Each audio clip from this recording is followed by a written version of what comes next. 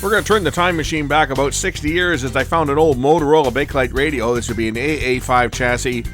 I got this one for $10, and I'm always looking for these old radios when they're cheap. People are asking the moon for them, I walk, but when they're cheap, I pick them up. And I picked this one up last summer. I haven't done anything with it yet. I figured today is a perfect time to take a look at it. Let's see what I got. So here's the unit. It looks like this one may have been painted, although maybe not. It just looks like it may have been brown, but it may have been the factory color. Cord's been cut off, but this is what we got to work with today. The tube layout on this unit is a 12BE6, 12BA6, 12AT6, 50C5, and a 35W4, which makes this an AA5 radio. As I mentioned in the opening intro, I picked this up a few months back. No power cord on it. Guess the power cord had deteriorated and it got cut off, but I picked this up a few months back. I've probably had it now for 6 months or so. Got it off Facebook. Got it for, I think I paid $10 for it. It's either 10 or $15. It wasn't much. I don't pay much for anything.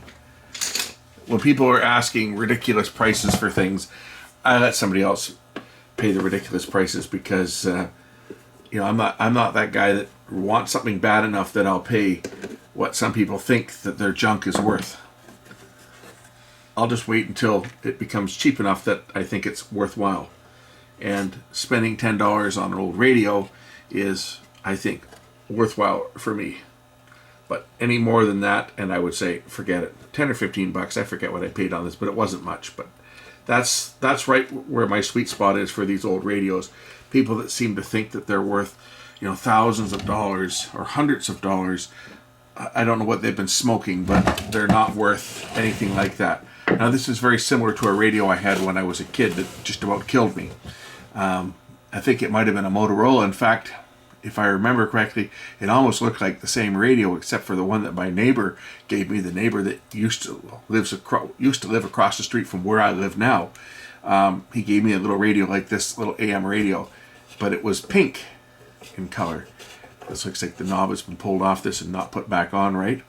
So mine, the plastic knob was broken, and I would touch the metal shaft when I was tuning it and got one hell of a shock. Or I think it was a volume knob, because these are a hot chassis. So when they're plugged in with the non-polarized cord that they all had initially, depending on what way the power line was plugged in, the AC mains could either be connected to the chassis or neutral to the chassis. But it looks to be a very, very similar radio. It even looks the same styling as the one I remember having. And what I did with mine is I hooked up a big long wire antenna to it, and I was using it for DX.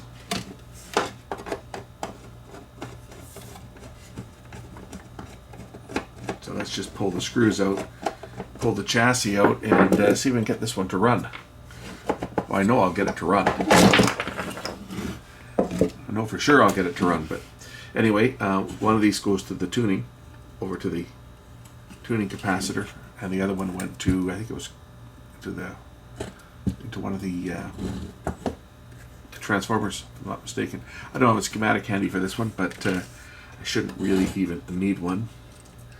I don't know that that's where that was supposed to go, to tell you the truth, though. The coil, it's just kind of twisted around here like somebody just stuck it there, but it might have been soldered on at one point and broke free, and someone just twisted it on. That's not going to do it any good.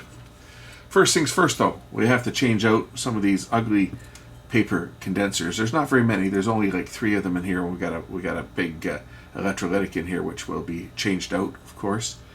But there's only 3 paper. I think there's only 3 paper caps on this one. They all got to go because, of course, that's what causes a lot of problems with these radios.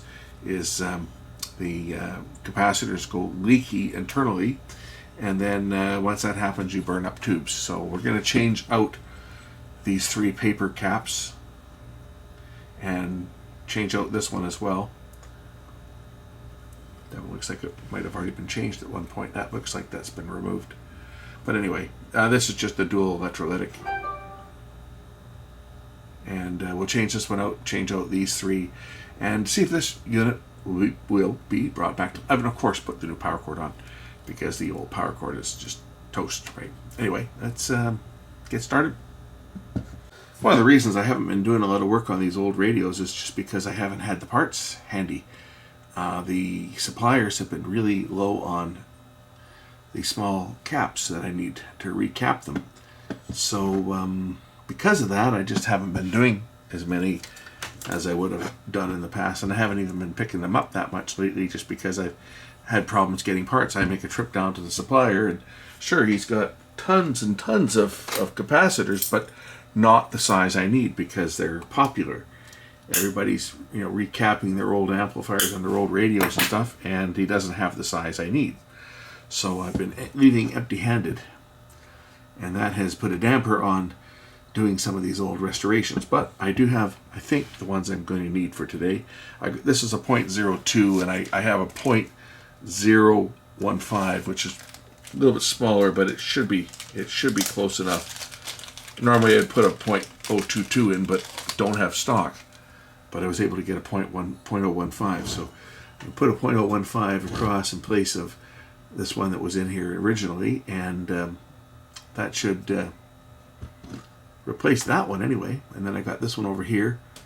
That's a 0.05. I do have a 0.047 to replace that with. So that one should be okay. So let's get this one installed. Being a smaller cap, I can put it right in, wire it right up to the tube. I don't have to use the spaghetti on here, because this one will fit quite nicely right in place of, right across this tube socket here. Right down here. Put it in right underneath this resistor and solder it right down to the tube socket. Get it out of the way.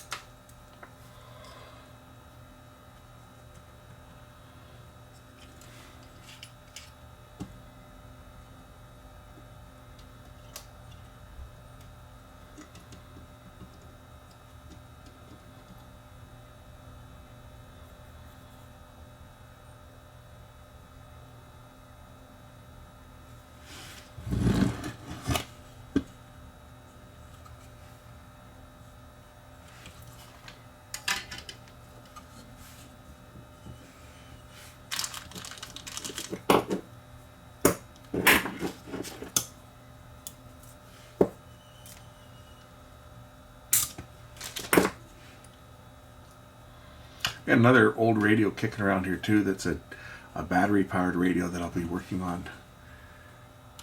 It doesn't have any transformer or anything on it. It's strictly a battery only radio, so I'll have to come up with a rectifier for it, and we'll build a power supply to run that one.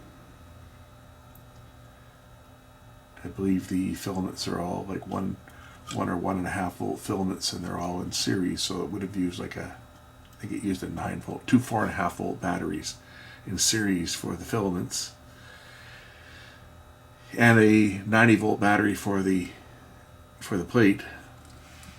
That shouldn't be too difficult to design a power supply for that. This is one of the AC line cord comes in here.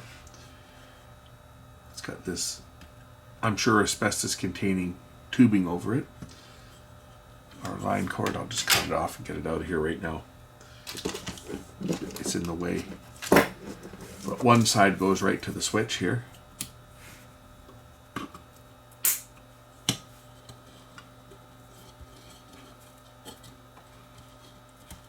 Through two separate holes in the back.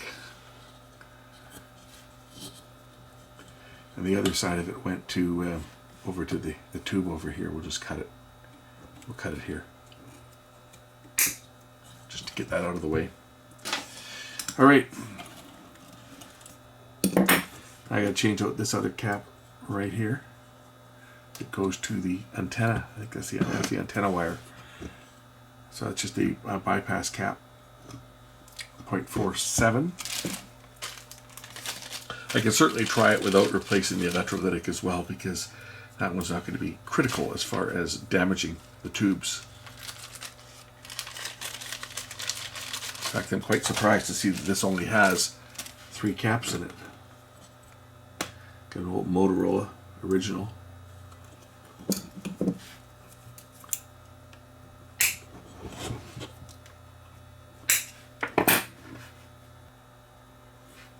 To answer your question, does this iron have enough heat to melt the solder on the chassis? Yes, it does. No problem. Put this cap down here, underneath this wire that interconnects.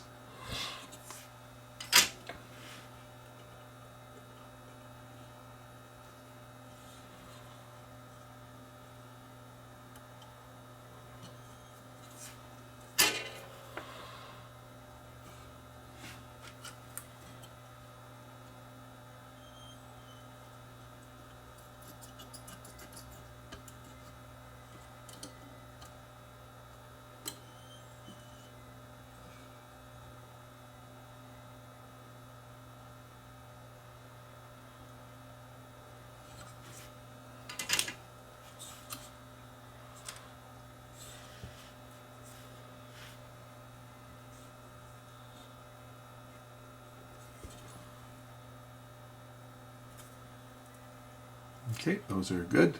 Nothing touching there. This third cap over here. Let's see what value this one is. So it's obviously bone. It's the ends are coming right apart on it.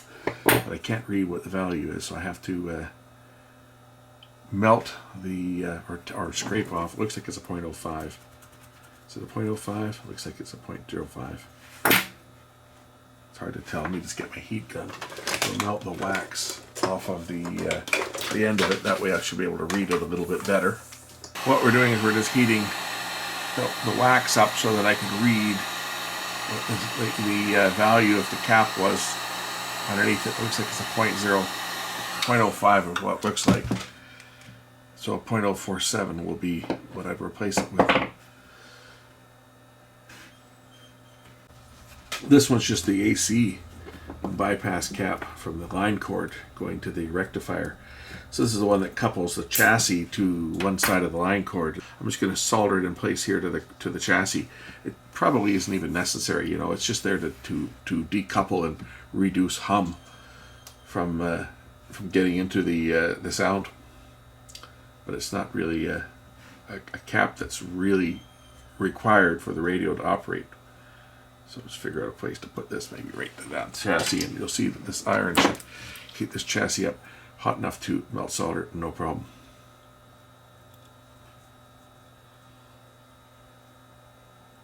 Try that with your little 40-watt Hackos. Good luck.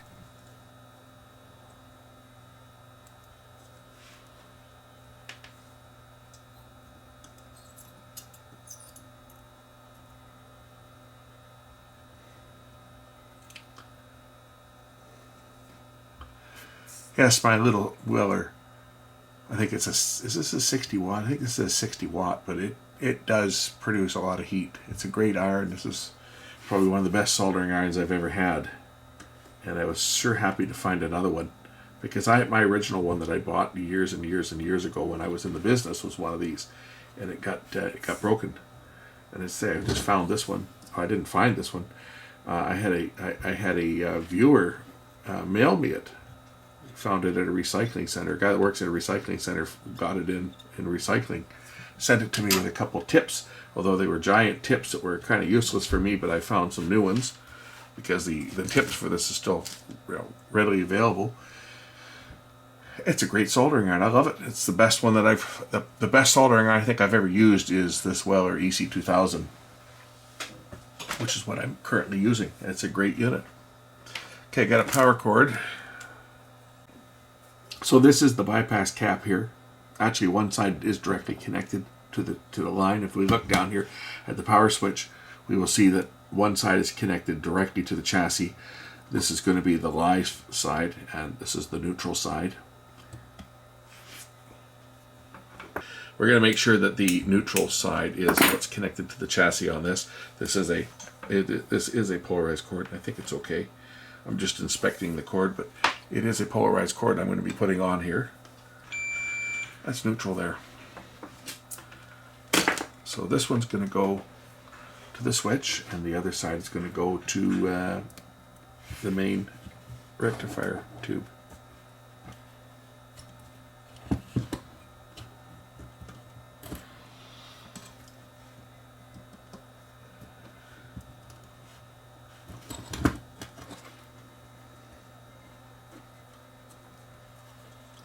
I know somebody's probably going to comment, I can just see it now, about fuses. No, I'm not going to put a fuse in.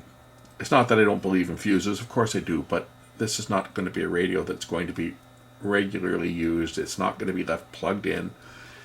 It's going to be used just to demonstrate, and then once the demonstration is over, it will be shut off, like all my other old tube radios. So the original didn't have a fuse on it. The actual tubes provide the fuse, believe it or not. The 35W4 rectifier tube is the one that will fuse if anything goes wrong.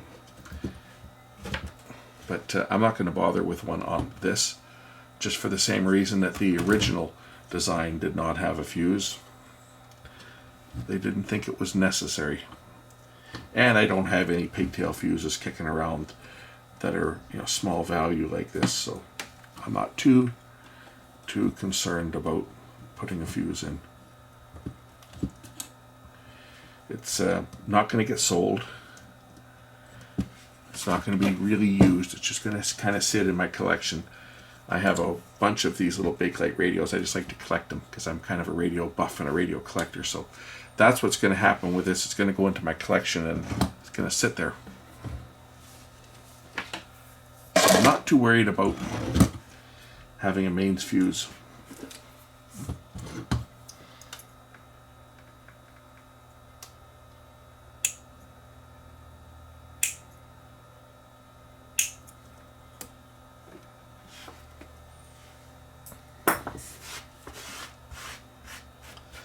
As Shango has said on more than one occasion, you don't leave these dinosaurs plugged in.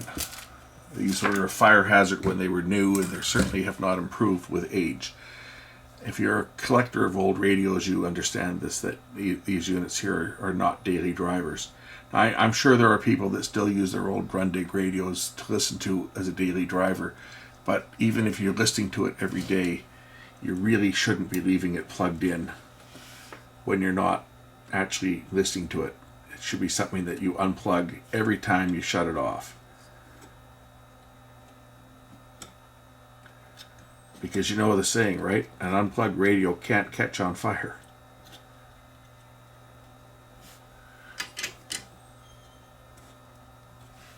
The same thing can't be said for a Tesla, though, as we know that an unplugged Tesla can still catch on fire.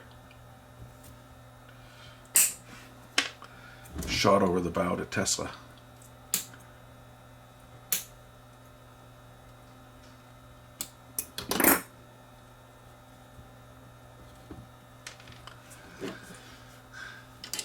The other line cord neutral side is going to go to the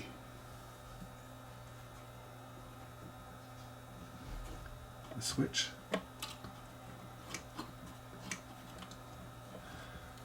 That was well done, wasn't it?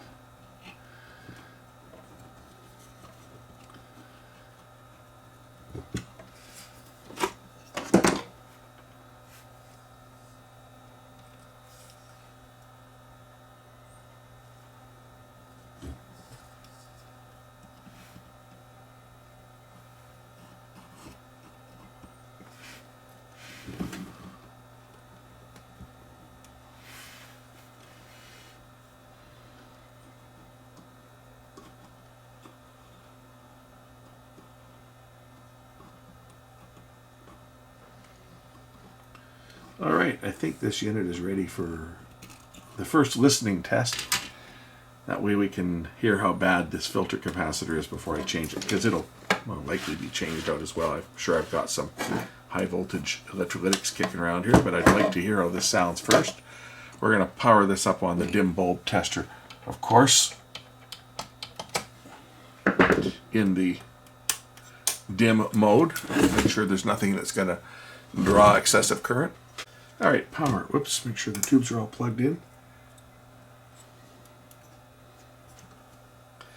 kill some of the lights here so I can see if anything lights up. I don't see anything lighting up. I don't see anything on my dim bulb.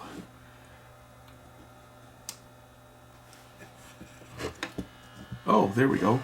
I hear sound.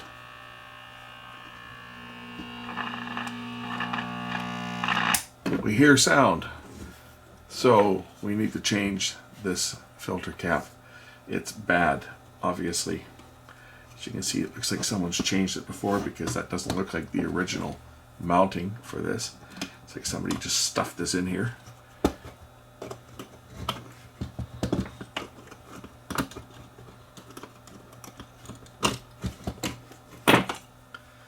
Okay, this is a 40 microfarad at 150 volts. I'm sure I can find some little caps in that range. I'm sure I've got some on some scrap boards here. Well, here is a first. I just found a 1.2 amp fuse on the DC line on a little one of these little plug-in wall warts that I was robbing a capacitor from. So I guess this radio will be getting a line fuse. First things first, we'll connect the two capacitors together, connect the negatives together so we can make a dual cap out of a single.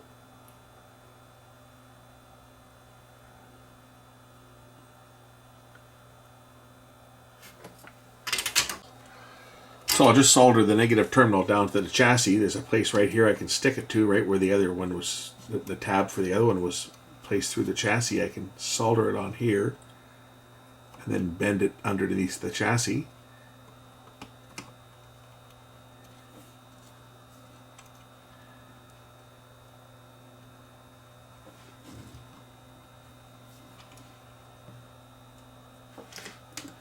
And then the two caps can just be put in underneath the chassis here.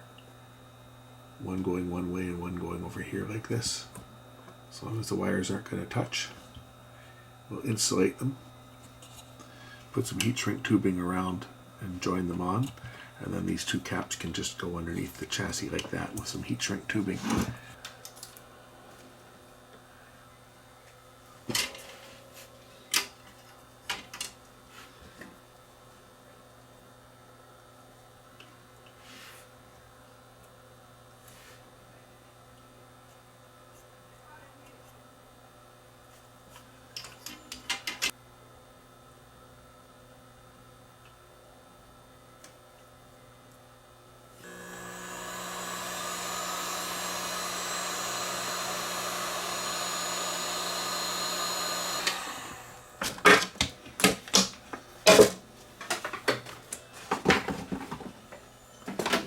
Okay, heat shrink tubing's in place. Tuck the wires up. I'll put the fuse in on here right now while I think about it, since I've got it handy.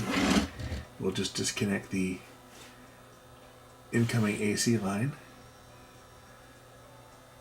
And we'll run that to the fuse and then put one side of the fuse down here. And I'll put some heat shrink tubing over that as well.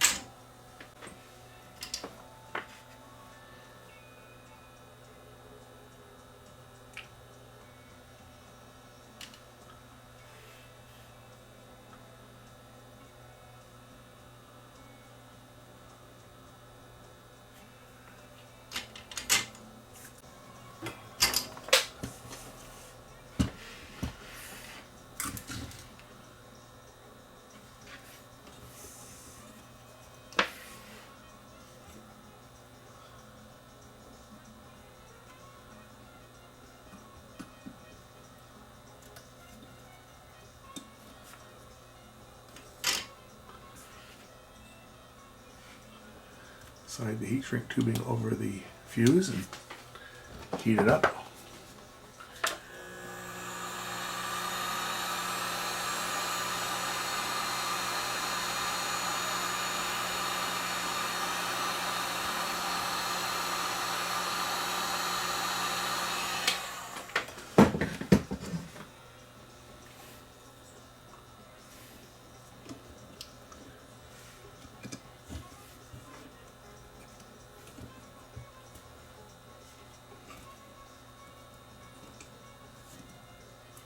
Okay, I think we're ready to try this one out again and see if it will perform a little better than it did the last time. Once again, I am on the dim bulb tester. And of course the isolation transformer as well.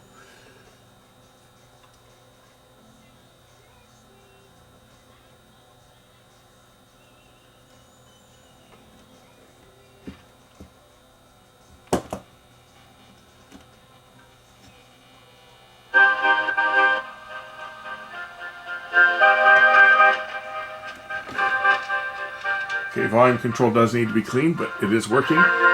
It's not humming, we'll just give it full power. So the tube should fully warm up now.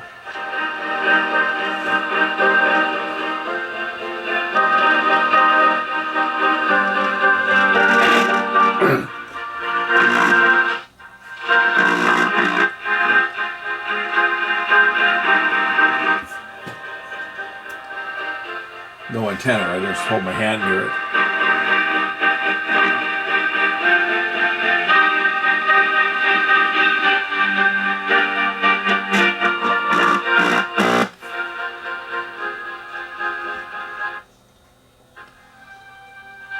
We'll connect the antenna and see how it sounds.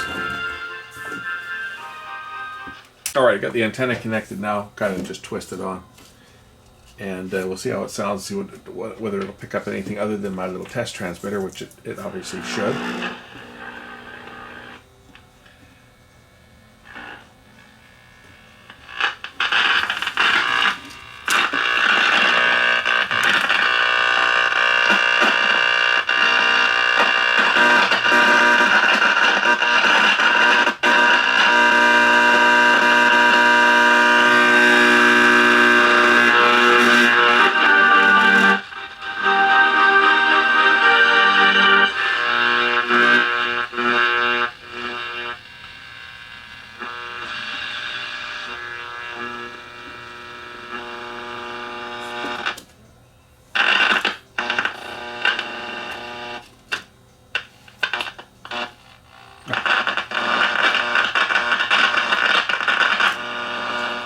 Antenna has connections that need to be corrected on here. Let's just see whether I can pick anything else up. I should be able to pick up some of the local stations without doing any tuning or anything to it. Although I do get a lot of interference.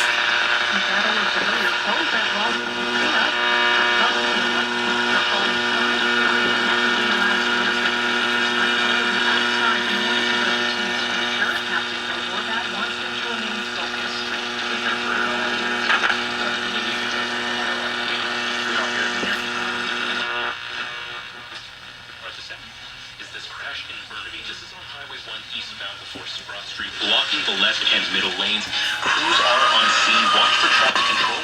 Overseeing traffic. The antenna's not connected properly. They're just twisted together. If you can, find a spot to get on. Concerns. Whatever the case may be, you can bring it up at the committee. Jenna Brown, Global News. Some sad news for music lovers in Vancouver. After more than 40 years, it appears the Folk Fest may be done for good. Here is Global's Sophie Louie with the story. In a statement on its website.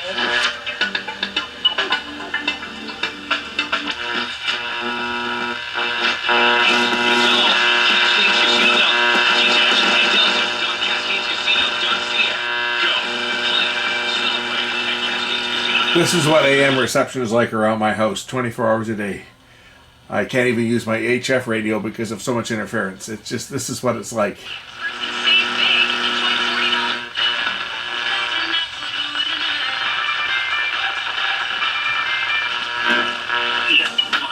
In my opinion, we're just pulling back right now. Absolutely. We're not ready to jump into it. Inflation is moderating.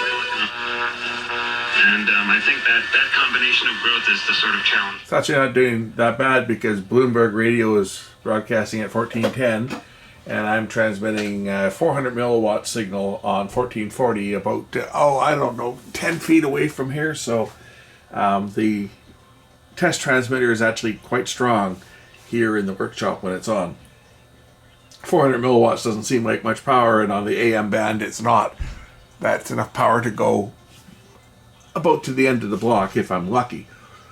But right here in the workshop, it's the strongest signal that I'm going to pick up. And as such, a selective receiver is required, otherwise it will splatter across the band pretty much. To make the assumption, what do people go out and do with the newfound? And,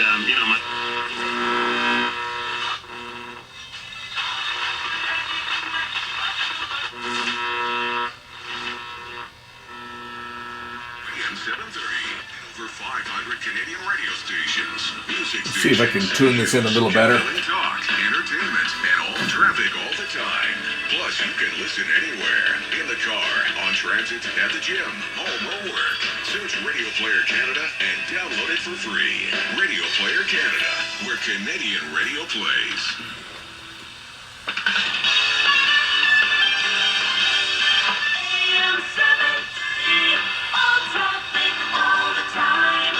This is AM 730. It's everything you need to get up to speed and get to where you're going. An international hit for the Swedish band Peter, Bjorn, and John. And I remember where I was when I first heard that. We're here alongside Mark Staling.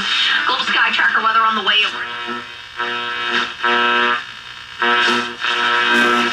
the employers be there and treat each other like family. And that care and attention is how we treat our amazing customers. Or the one big happy family.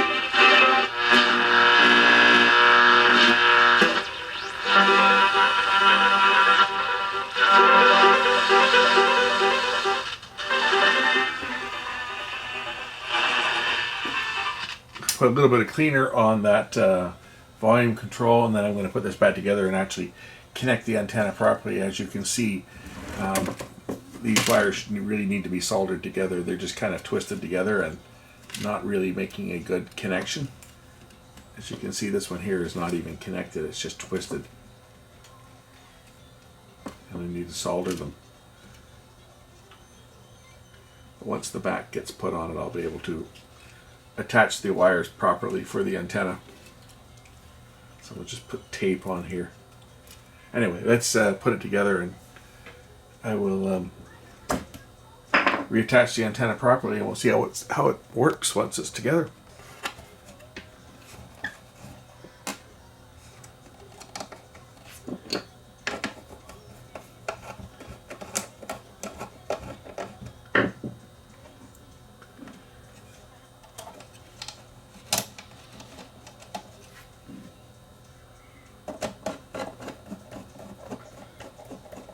Alright, I got the antenna wires soldered back on. Put the back on, and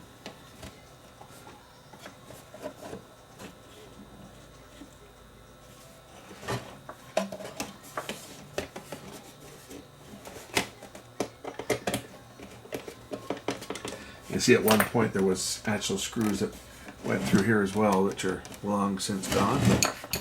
Now I know that I had it set to around 1440 somewhere in there, so I'll just put the dial on kind of like that. Let's see how close I am. 47 call Custer's Towing 604-685-8181. Let's get you back on the road. This is AM 730. All Yeah, that's a little more like it. Now, here's Sydney Parker. It is 3:27, 7 degrees outside. Varied weather report on the way in just a little bit here. Oh my gosh, the list just keeps growing, and they're all on major routes. Let's get into it. The hotspot update here. Sure that we can go out and sort of set prices for those stores and not have a bunch of unintended consequences that would compromise our ability to get done what we're trying to get done. Well, and Michael, is there an end in sight here? I mean, do you see some type of reprieve, prices coming down over the next six months, 12 months? Well, I think in the short run, I'm not that optimistic. I think we're still going to be importing things. I think fuel prices remain high. The war... Okay, I think this one's done. So there we go, little Motorola bakelite radio. This would go back to probably, I want to say, I don't know, late 50s, early 60s. It's old. It's at least 60 years old, this radio. I don't know if there's a date on here. It's made in USA, this one, Motorola. Does it say a date? I'm going to say early 60s or late 50s. It was when the miniature tubes came out. Right, the AA5s prior to this had the larger tubes, but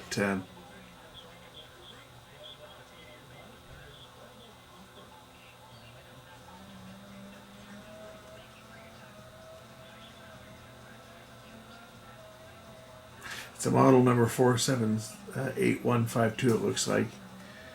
Anyway, that's it. It's all done. Another little big radio saved from the trash heap. After the 4 o'clock news. Right now, though, let's check in with Steve Jung. What's going on in traffic? Gloria, we got a couple of new incidents that we need to take a look at.